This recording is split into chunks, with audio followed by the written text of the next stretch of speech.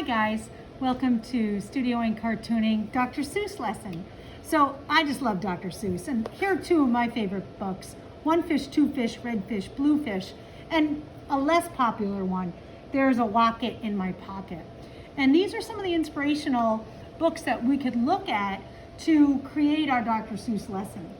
If we look at a Dr. Seuss lesson from previous years, this one here says, None stuck, Roo too, and then Nuck is stuck and Roo is stuck too. And you can see here that this is very reminiscent to Dr. Seuss. It's actually like plagiarism to some degree. They took the page from a Dr. Seuss book and changed the rhymes and omitted two of the characters and left one. And so that's what we're really doing for this lesson. If I look at this one too, big R, little r, Rodeo Rhonda's rabbit. For this one, this looks like the letter book from Dr. Seuss, except this girl's the same and this bunny is not. The page is the same, the colors are the same, the beginning of the rhyme is the same, but our objective is to draw two Dr. Seuss-like characters and to change the rhyme. So there's a method to this madness. The first thing I'd like you to do is, if you have Dr. Seuss books at home, by all means look at them. Otherwise, look in the Google Classroom file and you'll see many, many pages that I chose for you to look at. If you're a virtual learner, I've also given you a couple markers in your bag that I hope you picked up from the library. These colors may dictate to you which Dr. Seuss page you're going to recreate. If you have blue and yellow, then maybe you can't do one that's green and purple. We're trying to stay as realistic to the original and use the markers that me and Mr. DeFazio provided for you. So you might have to gauge some of what you're going to choose based on that. So again, I love this book. So I'm going to look in there as a pocket and a locket in my pocket, and I'm going to choose a relatively easy page just because I'm going to do a quick demo. And you can see here it says, sometimes I have the feeling there's a Zlock behind the clock. And there's this little guy here, he's really cute. So I gave you large paper. So the first thing is you're going to have to turn it for this one. If it's landscape or portrait, make sure you do that. I'm also going to ask you, because you all have big paper, to make a 1/2 inch border really quickly all the way around. Because you do have this nice paper at home and you also have these markers at home. I'm doing this really quickly. You know, take your time to do this. Notice I'm pressing light. It's nice to have a frame on these. These all have a little frame around them. It just makes it look more professional. People always think when they see this lesson hanging up that they're original pages. They don't even know that you kids made up these characters. So I kind of do this border.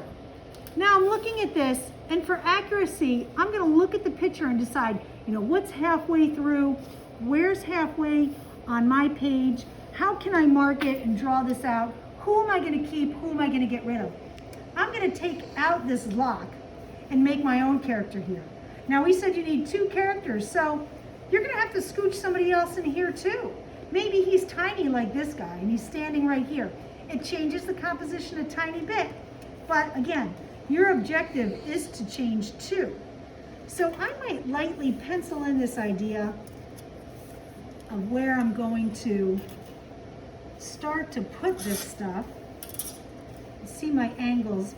Dr. Seuss always kind of drew kind of kooky like, kind of changed his angles a little. Sometimes I like to do it freehand and then go back in with a ruler.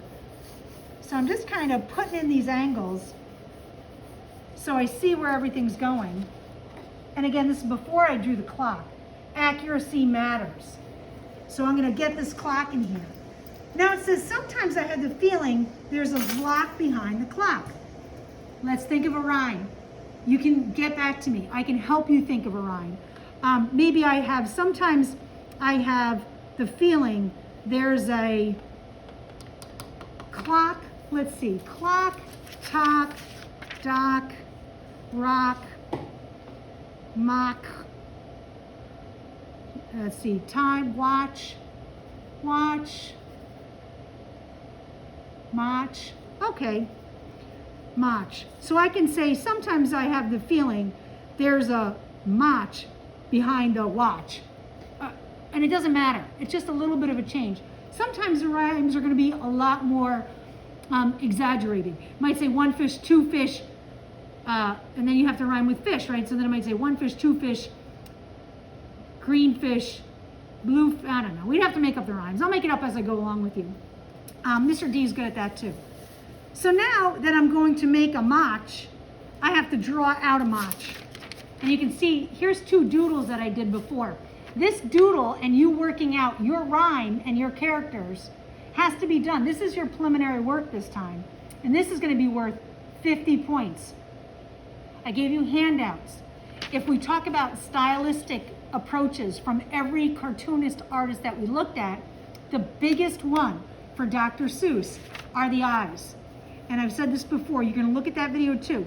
He made little circles, like little ovals that he would leave open like this. And then he'd put U's in them. If for Tim Burton we made circles and did dots, bam, just like that, it starts to look like Dr. Seuss. Any animal you want to do, usually at this point I'd have kids yell out, like giraffe, pig, whatever.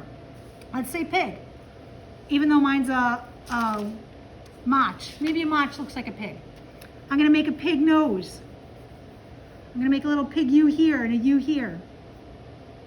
Maybe to get started, I'm going to put little piggy ears up here. Then I want you to look at the worksheets again. Stylistically, Dr. Seuss always had pointy little areas. He always had areas that went down, down, down, down, down, down in the lines. He always had eyes, even when they're shut, that were used. He always had these beaks that would come out.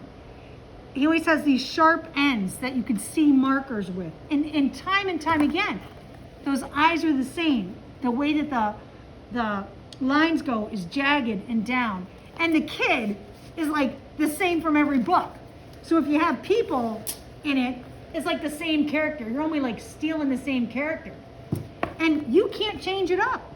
So like if this is the page you choose, you can even use this girl and you're changing this, but even all the colors have to be the same. So when you're practiced, your colors have to be the same.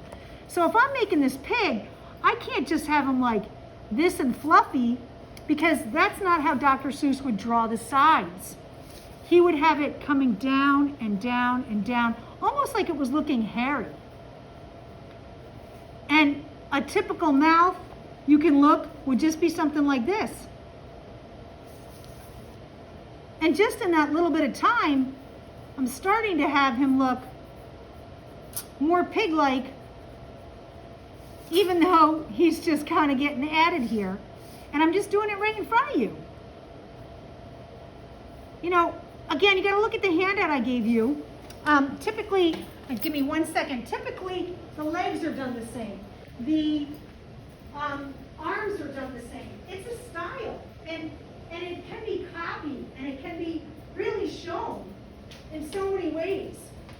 So you'll see the style of the body, maybe not as much as the body, but you'll see the style of that jaggedness coming down. You'll see that jaggedness. I mean, you want to say right now, this is the Grinch. This is Sam. This is Mr. Brown Can Moo. This is the Cat in the Hat. But they all look the same. And the eyes are all the same. And use this worksheet when you're developing. Look at how these lines are broken. I always say don't work jagged. Well, for this, that's the exception. You're going to have this jagged approach. Usually his legs would be very elongated too and kind of open like this. Now this might not be good for a pig, but I want to show you that type of approach. So when this pig is done, then I'm going to write my rhyme out. And again, you have to make up two characters that you're going to intersect and put into your composition.